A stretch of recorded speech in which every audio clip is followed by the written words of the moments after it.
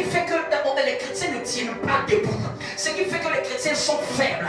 Ce qui fait que la vie chrétienne de certains chrétiens est morte, est bancale, est fragile, est dégringole. C'est parce qu'ils ne sont pas remplis de ce qui est de Dieu. C'est parce qu'il y a un vide à l'intérieur d'eux. Un vide appelle le néant. Un vide appelle la mort. Bien-aimé, si tu veux être fort spirituellement parlant, tu n'as pas le choix d'être rempli de l'Esprit de Dieu. Je peux te citer tous les types d'esprits. Je peux te dire un esprit de joie, mais l'esprit de joie vient du Saint-Esprit. Je peux te dire l'esprit de paix.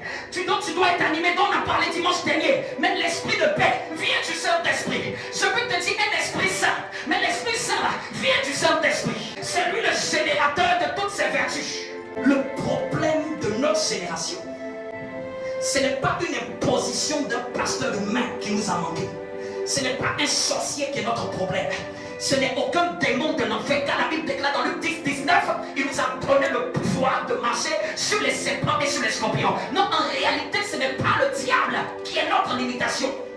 Notre plus grand ennemi, c'est notre chair. C'est elle qui étouffe la présence de Dieu en nous. C'est elle qui fait éloigner la présence du Saint-Esprit loin de nous. On n'est pas rempli du Saint-Esprit en un jour. C'est une quête et un besoin continuel. Les chrétiens sont dépressés parce qu'ils ne sont pas remplis du Saint-Esprit. Les chrétiens sont fatigués parce qu'ils ne sont pas remplis du Saint-Esprit. Les chrétiens sont morts spirituellement parce qu'ils ne sont pas remplis du Saint-Esprit. Les chrétiens sont faibles spirituellement parce qu'ils ne sont pas remplis du Saint-Esprit. J'aime bien te dire quelque chose. Quand tu es rempli du Saint-Esprit, la peur ne peut pas t'habiter. Quand tu es rempli du Saint-Esprit, la timidité ne peut pas t'habiter. Ça rend fort. Ça rend tenace. Ça te donne de l'assurance. C'est une assurance divine. Ça te libère des chaînes et des liens. Et c'est là que tu comprends même l'histoire de la prière. Tu comprends que même la prière, c'est pas une corvée. C'est ta manière de communier en esprit pour rester renouvelé et rempli. Parce que quand on prend la prière comme étant une corvée, comme étant des requêtes, les gens n'ont pas compris. La prière est le chargeur qui renouvelle le remplissage de ton esprit. C'est la communion avec l'esprit qui renouvelle cette énergie spirituelle que le Saint-Esprit t'a donnée.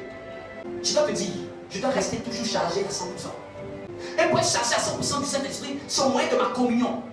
La communion au travers de la prière et de la parole.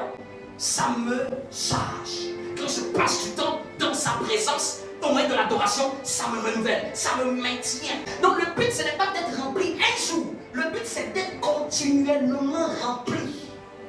Il n'y a pas pire que de prier et le moment où tu dois être visité, que ce moment-là tu es distrait.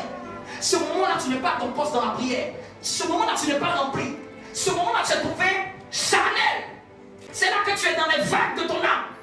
C'est là que tu laisses tes angoisses venir t'embrouiller. C'est là que tu laisses certaines choses de la vie venir te distraire, te défocaliser. Bien-aimé, si tu n'aimes pas ta vie, il faut avoir pitié au moins de toi-même. Le jour que l'ange doit venir te donner ce pour lequel tu as prié pendant peut-être des mois, ce jour-là, la connexion, ça se fait en esprit. La connexion, ça se fait en esprit. Il te donne ça en esprit. Et ce jour-là, si en esprit, tu n'es pas trouvé disponible, si ce jour-là, en esprit, tu n'es pas éveillé, si ce jour-là, cette période-là, c'est là que tu t'es ramolli, c'est pour ça que tu n'as pas le choix de rester toujours permanemment chargé. De sorte que si c'est le 24 où je suis calé, il me trouve à mon poste. S'il vient le 27, je suis toujours à mon poste. S'il vient le 30 janvier, il va me trouver à son poste. Et que peu importe le jour de la visitation, moi, il va me trouver à son poste. Quand tu es rempli du Saint-Esprit, l'esprit de force t'habite.